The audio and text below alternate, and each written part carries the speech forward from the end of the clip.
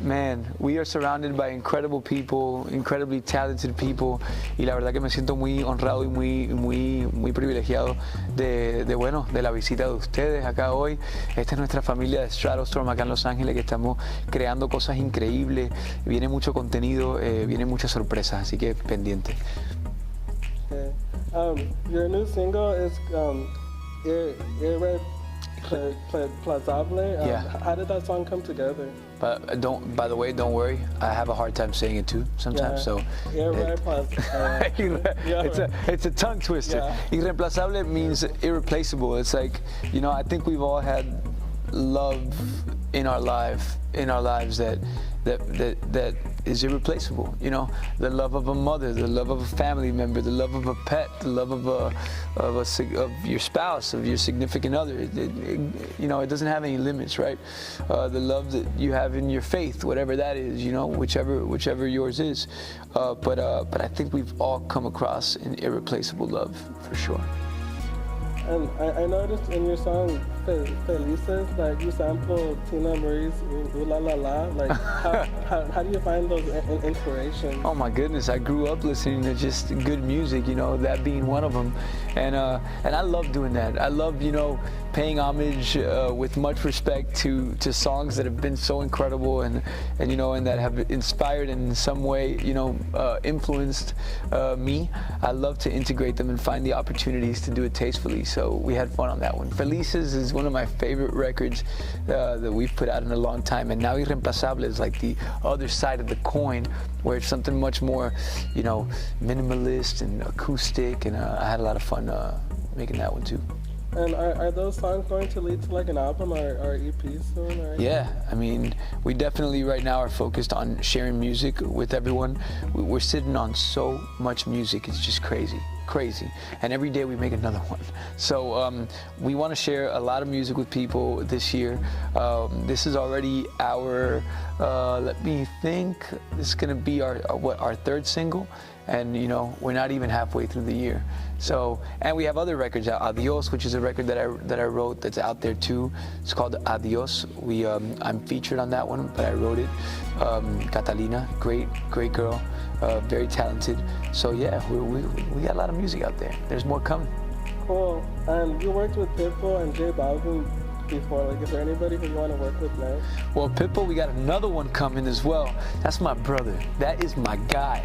Yo le tengo mucho respeto a Armando, a Pitbull, and I think he's been able to not just be an artist, but on the entrepreneur end, what he's been able to build and the opportunities that he's generating and going to continue to generate for kids with his schools, Slam, and with his platform as well. He's signing artists, so we hope to be yet another avenue and extension of that, where we can help the talent of tomorrow achieve their dreams. I launched my record label beginning of this year, so I'm excited about that. Yeah.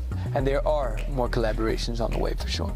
Cool. And then Easter's coming up, and you played Jesus Christ and the Passion a few years ago. Like, how was that, playing Jesus? Amazing. I mean, it's not, you don't always get the chance to play the most iconic, you know, symbol in history, you know, and no matter what your background is or your faith is, I mean, I think it's one of the most prolific stories and well-known known stories in the world, you know. So, and I think at the depth of it, if you want to take the religious factor out, it's still a story that represents love, unity, forgiveness, and I think we need those things more than ever. So, and we always need those things. So it was a huge honor for me to play Jesus, and yeah, happy Easter, everyone.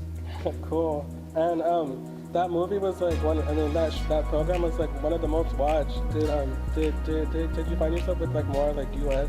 fans from seeing I mean, being in New Orleans, even after, you know, the show was incredible, and you know, our Latino fan base here in the States is solid, and you know, I'm very grateful for that. But yeah, sure. I mean, you know, a lot of people watched that and tuned in, and we had comments from all over the state, just, you know, showing love and support. It was pretty awesome. Cool. And you're also starring in the Grand Hotel, produced by Ava Longoria. I am. Could you tell me more about that? I am in the Grand Hotel. June 17th comes out. I mean, Damien, Rosalind, the cast is just incredible, incredible, incredible. Everyone. So it's going to be a great show. That's a drama. I am the only character that brings some sense of humor into the mix. I'm a clown, so I love laughing. So I had a great time on that set doing that, and yeah, you can't miss it, y'all. It's gonna be so awesome. The show is. I'm looking forward. June 17th on ABC. And are you gonna do like any music on there? Yeah, I wrote a few songs for that show. My character sings on that show. His name is El Rey. I grabbed a little bit of like Pitt and a little bit of Daddy Yankee and a little bit of Weezing and a little bit of some of our Latino icons in the music world, and kind of started building this character out, El Rey. Wilmer Valderrama was a huge help for me in building this character out. Eva Longoria, without a doubt, as well. So it was a lot of fun. Cool. And last month you performed in the Venezuela, the Aid for Venezuela, yeah. How was that experience? One of a kind. Like, I will never forget having been there, you know. I love what I do, but I love it even more when you can use what you love for a greater good and a greater cause. Venezuela is a place that represents home for me, you know, being Cuban American, but also having Venezuelan family. I think it hurts me double what's going on over there. My people in Cuba have lived under oppression for more than 6 decades, and in Venezuela it's been the case, not as long, but long enough. So, you know, I mean, it's just what's happening over there. It goes beyond politics, beyond everything. It's a humanitarian crisis. You know, I just don't understand how there still are certain countries that you know, support what's happening over there. I just really don't get it. But hopefully that reality is going to change soon for them. Yeah, I think you guys put like a spotlight on the issue with the concert. I think we did. You know, I think we put a spotlight on what's truly happening over there, and you know, it was great to feel that amount of peace and love. Unfortunately, the day after, you know, it wasn't as peaceful and as loving in that same area. But you know, my respect to Colombia, to Cucuta for opening the doors the way they did and hosting that concert, and to all of my colleagues that stepped foot on that stage. It was you know, super special. Cool. And my last question is that, like, a few years ago, you also became a father for the first time. Has like fatherhood like changed your perspective on things? Oh, I mean, look, I was always like, I come from a huge family, huge, like just on my dad's side, in our house, there's 60 people in the backyard for Thanksgiving.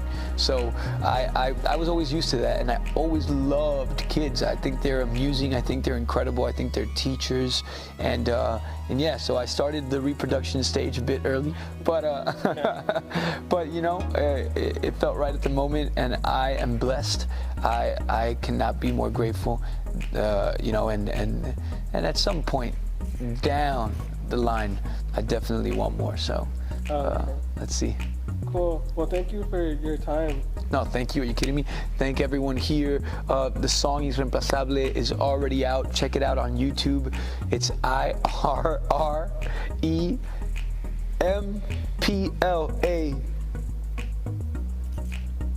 Oh no!